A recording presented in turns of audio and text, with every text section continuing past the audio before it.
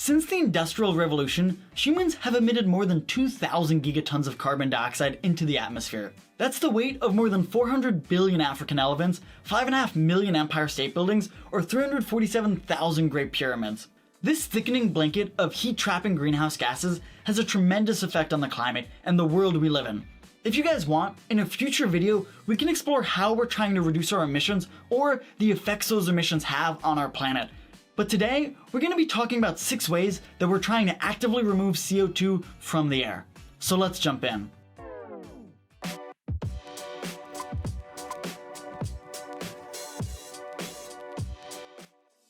While the expansion of renewable energies and more efficient energy systems is expected to cut global emissions by more than half by 2100, most estimates show we'll need to remove billions of metric tons of carbon dioxide annually by mid-century to keep the climate in check. Carbon removal can come in many different forms, some simple, some technologically advanced. So today, we're going to look at 6 of the biggest ways scientists are trying to pull greenhouse gases out of the atmosphere. First, forests. This one's a simple one. Trees are probably the most common carbon sink that people are aware of. By the way, a carbon sink is just something that removes CO2 from the air. Forests absorb about 15% of the carbon dioxide generated by burning fossil fuels every year. That's more than 1,500 million metric tons of emissions every year. Photosynthesis removes carbon dioxide naturally, and once trees absorb it, they're especially good at storing it. Expanding, restoring, and managing existing forests more effectively are ways scientists are trying to leverage the power of photosynthesis to convert carbon dioxide in the air into carbon stored in the wood and soil. Every acre of land restored to temperate forests can sequester about 3 metric tons of CO2 per year. These approaches can be relatively inexpensive and yield cleaner air and water, all while providing a place for you to walk your dog. One of the major challenges to planting trees on a mass scale is to ensure that forest expansion in one area doesn't come at the expense of forests somewhere else. For example, reforesting farmland could reduce the food supply, which could necessitate converting forests somewhere else, especially in other countries, to farmland. These dynamics make restoring and managing new and existing forests especially challenging. Since I mentioned trees, I'd be remiss not to mention that Mr. Beast and Mark Roberts' fundraiser to plant 20 million trees is still ongoing. They've already planted more than 14 million trees, and if you're interested in supporting, go to teamtrees.org, link in the description. The second way to pull emissions involves farms. Soils naturally store carbon, like a lot of it. Surprisingly, the Earth's soil contains 4 times more carbon than the total stored in all living plants and animals, including those forests we just talked about. There are more than 250 million acres of farmland in the US. That's the size of Texas and California combined. But agricultural soils are running a big carbon deficit due to their intensive use. Because of how much farmland there is, even small improvements in farming practices that increase the carbon per acre on farms are hugely impactful. Building soil carbon is even good for farmers and ranchers since it increases soil health and crop yields. Planting cover crops, those are the crops that cover the ground when fields would otherwise be bare during off seasons or off years, can extend photosynthesis throughout the year. And using compost can improve yields while storing compost carbon content in the soil. Scientists are even working to breed crops with deeper roots, making them more resistant to drought while depositing more carbon into the soil. Number 3, bioenergy with carbon capture and storage, otherwise known as BECCS. BECCS is another way to use photosynthesis to combat climate change, but it's far more complicated than planting trees or managing soils. And it doesn't always work for the climate if it's not done right. BECCS is the process of extracting bioenergy from biomass and capturing and storing the carbon, thus removing it from the atmosphere. It's a hard definition to understand, so let's work with the most common example. Energy plants will grow trees or crops. As the plants grow, they'll pull CO2 out of the air.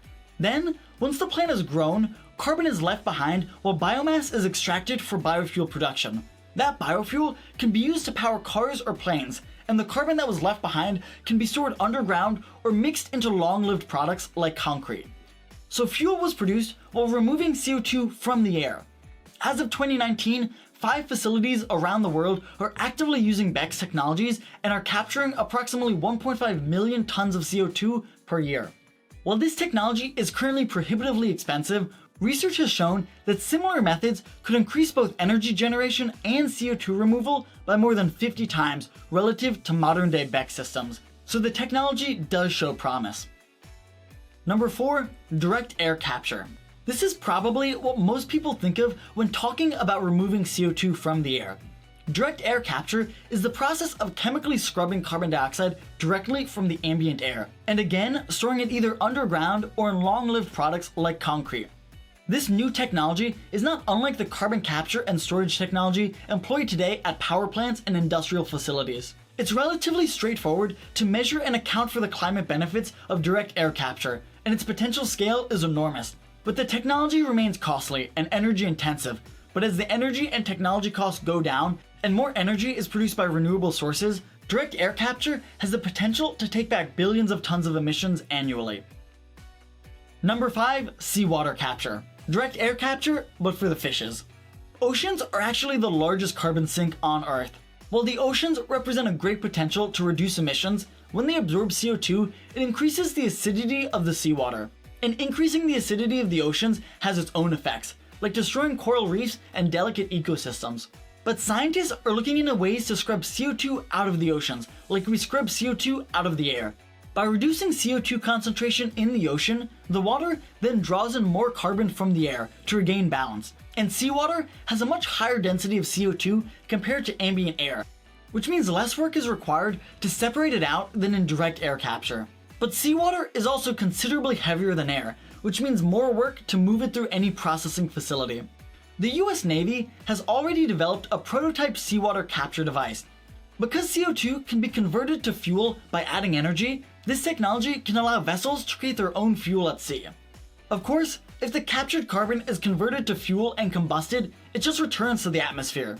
But this still reduces the need to add new emissions by burning fossil fuels, and future applications of this technology could provide long-term storage for captured carbon. Last but not least, enhanced weathering. Some minerals naturally react with CO2, turning carbon from a gas into a solid. This process is commonly referred to as weathering, and it typically happens very slowly. But scientists are figuring out how to speed up the process. This could mean pumping mineral water, not the kind you buy in stores, from underground deposits to the surface where minerals can react with the air. Another example would be moving air through large deposits of mine tailings, the parts that mines dig up that don't have the ores they're looking for, that contain the right mineral composition to absorb CO2. All these technologies have to grapple with how cost-effective and easy to scale they are. The final answer probably won't be just one of them, but a combination of them working together. I hope you enjoyed getting smarter with us today.